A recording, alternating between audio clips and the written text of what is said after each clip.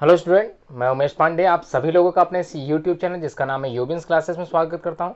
आप सभी लोग मेरी वीडियो को लाइक करते हो, शेयर करते हो, कमेंट करते हो, उस पर मुझे बहुत खुशी होती है। इस खुशी को देखते हुए मैं आज क्लास 6 के साइंस के चैप्टर 11 की वीडियो लेके आया हूं, जिसमें आज आप लोगों को लाइट, शेडो एंड इलेक्ट्रिसिटी के एक्सरसाइजेस के बारे में समझाया गया है। उम्मीद करता हूँ पहले सारी वीडियो की तरह ही इस वीडियो को भी आप लाइक करोगे, शेयर करोगे और कमेंट जरूर करोगे। अगर चैनल सब्सक्राइब नहीं किया होगा तो इसे सब्सक्राइब भी जरूर करोगे। Now let's start the chapter 11 that is light, shadows and reflections. तो लाइट मतलब प्रकाश, आप लोग रोज प्रकाश को देखते होंगे, सनलाइट्स को देखते होंगे। शैडोज और कुछ ना कुछ शैडोज आप लोगों को परछाई दिखती होगी, स्वयं की परछाई आप लोग देखते होंगे। और रिफ्लेक्शंस, जब किसी ऑब्जेक्ट से कोई लाइट पड़ती है तो उसका जो रिफ्लेक्शंस होता है, जो उसकी शैडो बनती है, इमेज बनती है, इसी में आज पढ़ेंगे।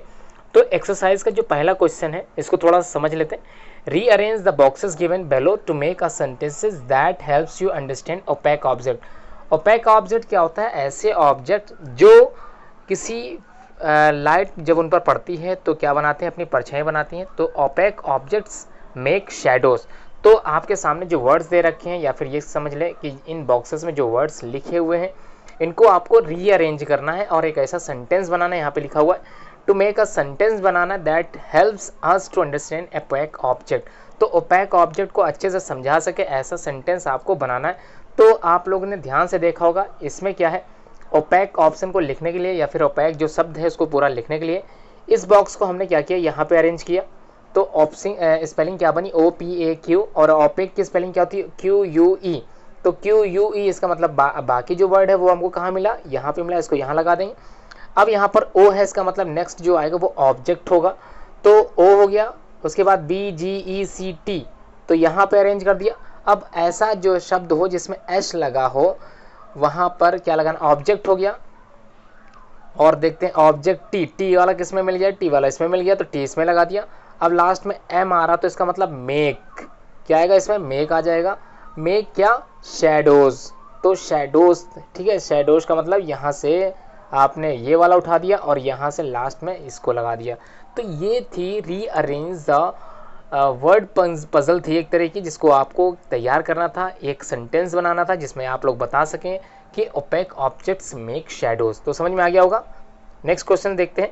क्वेश्चन नंबर 2 में देखते हैं क्या लिखा है। क्वेश्चन नंबर 2 में, क्वेश्चन नंबर 2 कह रहा है classify the objects of materials given below as opaque, transparent and translucent and luminous और नॉन ल्यूमिनस। तो ये चीजें यहाँ पर दे रखी हैं, ध्यान से समझना।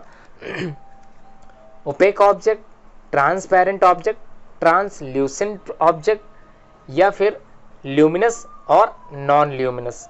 तो ये होते क्या है, इनको एक्सप्लेनेशन वीडियो मैंने समझाया था।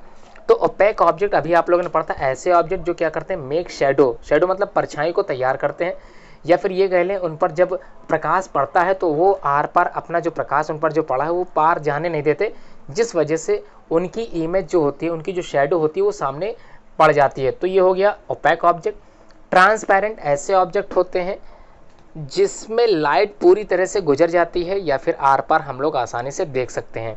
ट्रांसल्यूसेंट ऑब्जेक्ट ऐसे ऑब्जेक्ट होते हैं जिनको हम लोग आसानी से जो है लाइट जब पड़ती है तो कुछ लाइट की जो रोशनी होती है वो आर पार चली जाती है।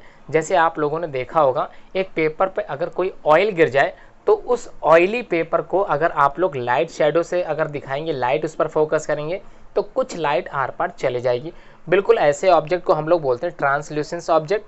अब बात करते हैं ल्यूमिनस और नॉन ल्यूमिनस ऑब्जेक्ट। तो ल्यूमिनस और नॉन ल्यूमिनस ऑब्जेक्ट को समझने के लिए यहाँ पर समझ लेते हैं क्या होता है नॉन ल्यूमिनस और क्या होता है ल्यूमिनस। तो आप लोगों ने यहाँ पर ल्यूमिनस देखा, a piece of red hot iron. आप लोगों ने क्या देखा? A piece of red hot iron मतलब जो लोहा होता है बहुत गर्म अगर हो जाता है तो उसका रंग कैसा हो जाता है? लाल हो जाता है। या फिर बात करें a lightened fluorescent tube. Fluorescent tube का मतलब जो आप लोग CFL जलाते हैं, LED जलाते हैं, उसको बोलते हैं। नेक्स्ट है the flame of gas burner. Gas burner की जो फ्लेम होती है, एक ये हो गया। और क्या दे रखा है? अ लाइटेड टॉर्च या सन या फायरली ऑब्जेक्ट, कोई भी फायरली ऑब्जेक्ट जो जल जाता है आसानी से, इनको बोलते हैं। तो इतना क्लियर हो, ल्यूमिनस ऑब्जेक्ट ऐसे ऑब्जेक्ट होते हैं जिनके पास खुद का प्रकाश होता है, जब ये जलते हैं तो अपना प्रकाश देते हैं। अब बात करते हैं यहाँ पर नॉन ल्यूमिनस का मतलब क्या होता है। नॉन ल्यूमिनस ऐसे ऑब्जेक्ट होते हैं जिनमें खुद का कोई भी लाइट नहीं होती, कोई भी प्रकाश नहीं होता। उन ऑब्जेक्ट को हम लोग बोलते हैं नॉन ल्यूमिनस ऑब्जेक्ट। तो यहाँ पर जितने भी ऑप्शन दे रखे हैं सारे क्या हैं, नॉन ल्यूमिनस ऑब्जेक्ट। ठीक है, तो नॉन ल्यूमिनस ऑब्जेक्ट समझ लेते हैं। जैसे अगर बात करें, यहाँ पर एक ऑप्शन ल्यूमिनस में दे रखा था, आप लोगों ने देखा होगा, क्या देखा था, सन। यहाँ पे मिल गया ना, देख लिया एक बार, क्या दे रखा है, सन दे रखा है। लेकिन अगर बात करें मून की, तो moon do not have its own light. तो मून को कभी भी हम लोग ल्यूमिनस ऑब्जेक्ट के तौर पे नहीं लिख सकते। इसको किस में लिख सकते हैं हम लोग, नॉन ल्यूमिनस ऑब्जेक्ट। देखिए यहाँ पर लिखा भी हुआ है, तो आप लोग समझ गए होंगे क्यों नॉन ल्यूमिनस है, क्योंकि मून के पास अपनी खुद की लाइट या खुद का प्रकाश नहीं होता। तो आप लोग समझ में आ गया होगा क्वेश्चन। अब बात करते हैं, अब यहाँ पर जो ऑप्शंस आप लोगों को फिल करने हैं, तो क्वेश्चंस में इतने सारे क्वेश्चंस में ये ऑप्शन दे रखे हैं। इन ऑप्शंस को आपको पढ़ना है, रीड करना है। तो आपको क्या करना है, इसमें से सेलेक्ट करना है ओपेक। जितने भी ओपेक ऐसे ऑब्जेक्ट होते हैं, the object which do not observe light, मतलब लाइट को आर पार गुजरने नहीं देते, तो ऐसे ऑब्जेक्ट को ओपेक बोलते हैं। ट्रांसपेरेंट ऐसे ऑब्जेक्ट होते हैं जिनसे लाइट आर पार दिखाई दे जाए, बाहर निकल जाए। जैसे हमने कहा glass is a common example of transparent object. Translucent का मतलब ऐसे ऑब्जेक्ट होते हैं जिनसे लाइट का कुछ हिस्सा बाहर निकल पाए। ल्यूमिनस आप लोग समझ गए, नॉन ल्यूमिनस आप लोगों को समझ में आ गया होगा। अब बात करते हैं क्वेश्चन नंबर 3 की।